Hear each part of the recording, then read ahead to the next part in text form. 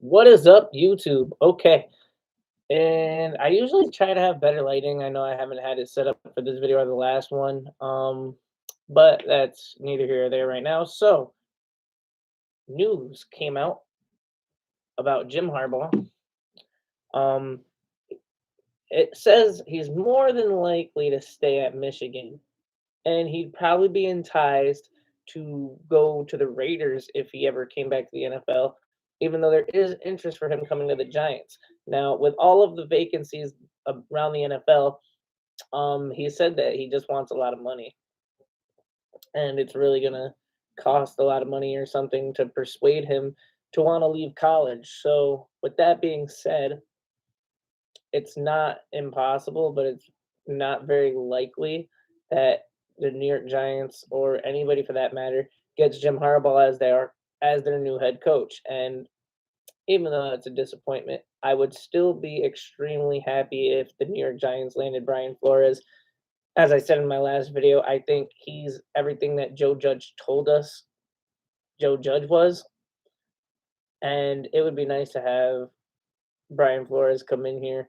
Um, It might be a reunification with Patrick Graham. Patrick Graham is still on the Giants. I would like to see Patrick Graham go because our defense was abysmal. All he ever does is play prevent defense, and prevent defense should only be played on third and long and Hail Marys and stuff like that. So I don't know, just letting the opponent's offense come down the field on us all willy nilly, despite the fact how good our red zone defense is or was when we were fully healthy. And we don't have the good offense as of right now to combat other offenses like that. So prevent is just not what the New York Giants should ever be playing. And when you consider the fact that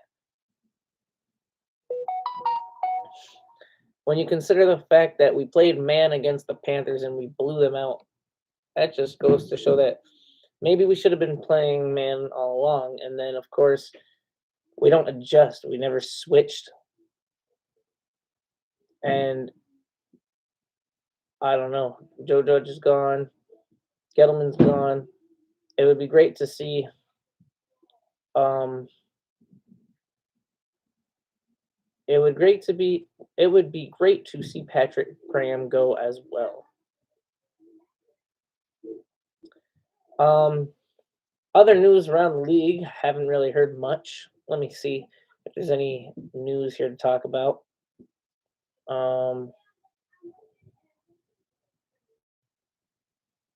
course, my phone wants to be super slow.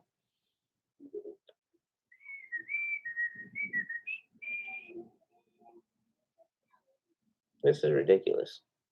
Okay, so my daughters are being mad loud. You can most likely hear them in the background because I surely can. Um.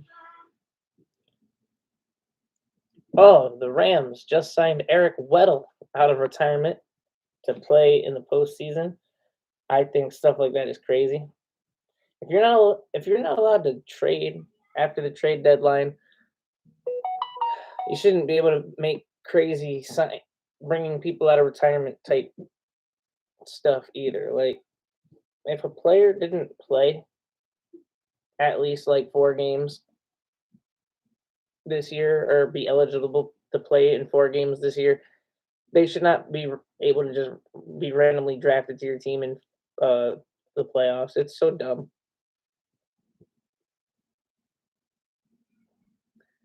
I also think it's highly unfair to the winner of the Rams and Cardinals game that they have to play on Monday. I don't understand why there's not 3 games on Saturday and 3 games on Sunday, but whatever. I also think in the regular season, the Cardinals won on the road and the Rams won on the road. So that could possibly favor the Cardinals in this game. The Cardinals will, of course, be without DeAndre Hopkins, although I think we're getting the return of JJ Watt. That could help them out. Um, I think, obviously, as division rivals, they have what it takes to beat each other. We just saw the 49ers beat the Rams.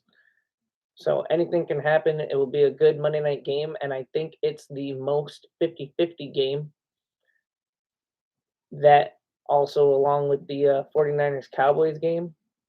As a Giants fan, I don't want to think that the Cowboys are going to win. I just want to believe that the Niners are winning no matter what.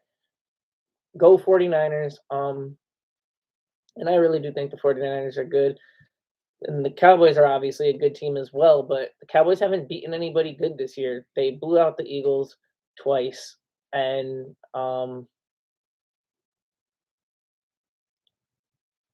they blew out the Washington football team.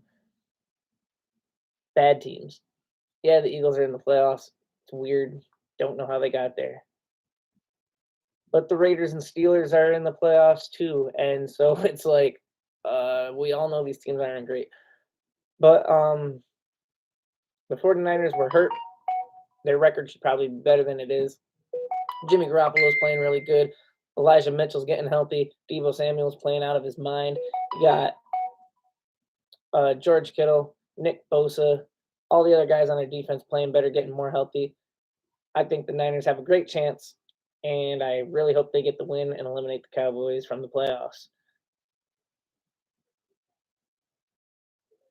John Mara came out and expressed how he's never been more embarrassed in the history of the Giants, and he shouldn't be because obviously we are a laughing stock. This is the first time ever we've been legit like the worst team in the NFL, and how we somehow don't have the first overall pick is beyond me.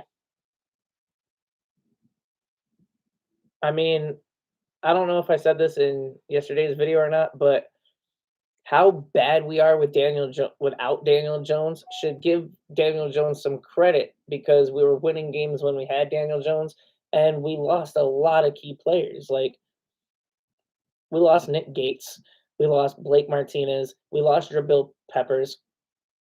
I don't think there's been one or two games all year when we were 100% healthy on offense, meaning Saquon Barkley, Evan Ingram, Kenny Galladay, Kadarius Toney, Sterling Shepard, Darius Slayton, so on and so forth.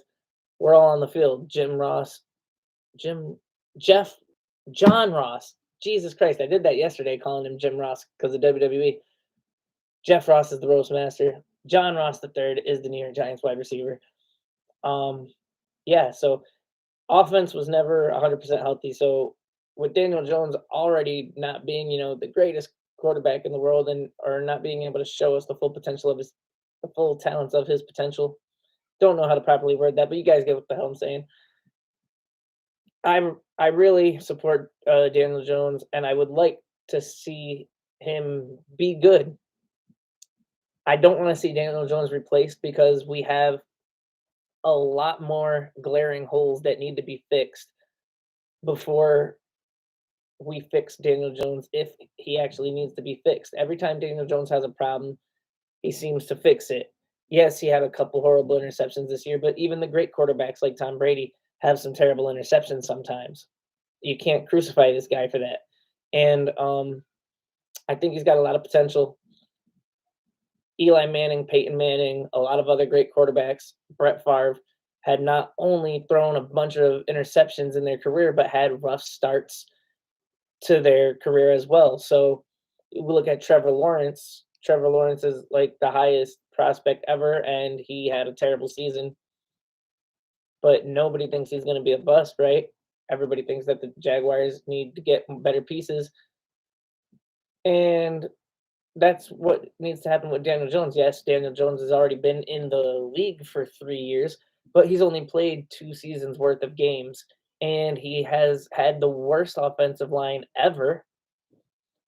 No matter what quarterback you are, no matter what team you have, nobody can do anything without an offensive line. So I truly have faith in Daniel Jones.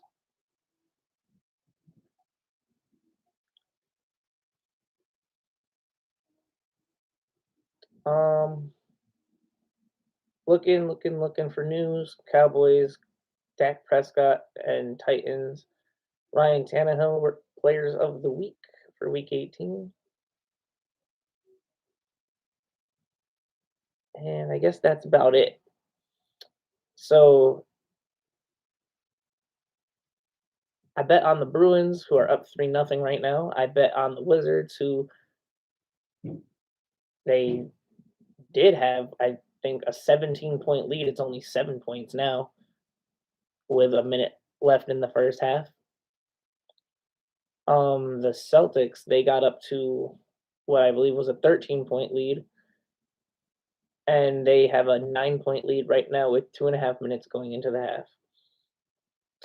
Um, I've been talking for